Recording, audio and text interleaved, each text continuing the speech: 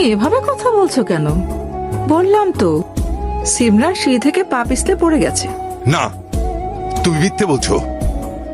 সিমরান সিঁড়ি থেকে পড়েনি, তাকে নির্যাতন করা হয়েছে, আর সেটা করেছো তুমি। তুমি এভাবে বলতে পারলে?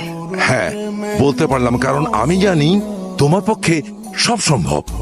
আমি বাচ্চাদের জন্য এত কষ্ট করি, আর তুমি আমাকে অপবাদ দিচ্ছ শুধু আমি সৎমা বলে? না, তুমি সৎমা বলে আমি তোমাকে অপবাদ দিচ্ছি না। আমি খুব ভালো করে জানি তুমি কি ধরনের মানুষ। যখন জানোই তখন জাস্ট সাইলেন্ট হয়ে যাও, নয়তো আমি তোমাকে সাইলেন্ট করে দেব। প্রয়োজনে ওই শয়তানের বাচ্চাগুলোকে তাদের মায়ের কাছে পাঠিয়ে দেব, তারপর এই পুরো রাজত্ব আমার। তুমি কি ভেবেছিলে গায়ে বাছুর সহ তোমাকে বিয়ে করেছি মনের টানে? আমার সবকিছু চাই। তুমি ভীষণ ভুল করছো তাহলে নাবিলা। সবচেয়ে বেশি ভুল করেছো তুমি বাচ্চাদেরকে নির্যাতন করে। তুমি কি ভেবেছো এই ব্যবসার সম্পত্তি সব আমার? মোটেও না। এই সমস্ত কিছুর মালিক আমার শ্বশুর। একমাত্র মেয়ে হিসেবে আমার স্ত্রী সব পেয়েছিল।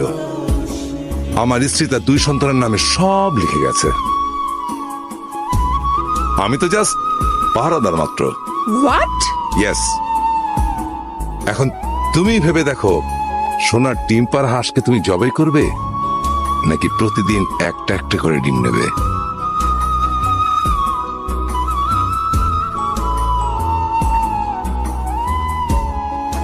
আপু, বাবা নতুন মাকে বকছে।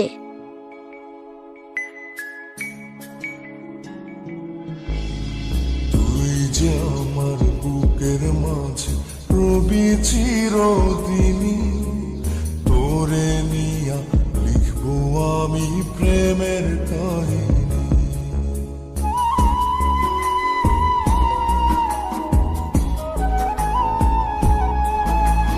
তুই যে আমার বুকের মাঝে রবি চিরদিনই, তোরে নিয়া লিখবো আমি প্রেমের কাহিনী।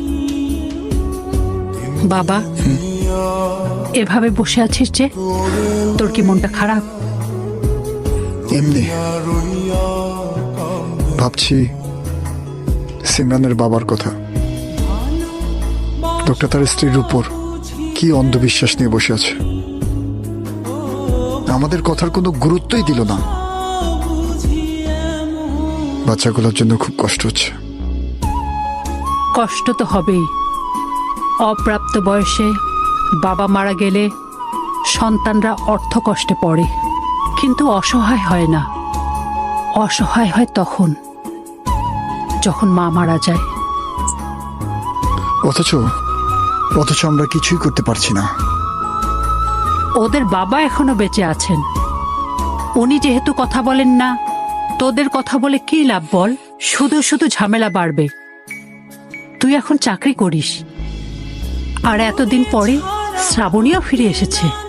তুই বাবা কোনো রকম ঝামেলায় না জড়িয়ে মন দিয়ে চাকরিটা কর, আর শ্রাবণীকে নিয়ে কিভাবে সংসার গোছাবি সেই চিন্তা কর বাবা।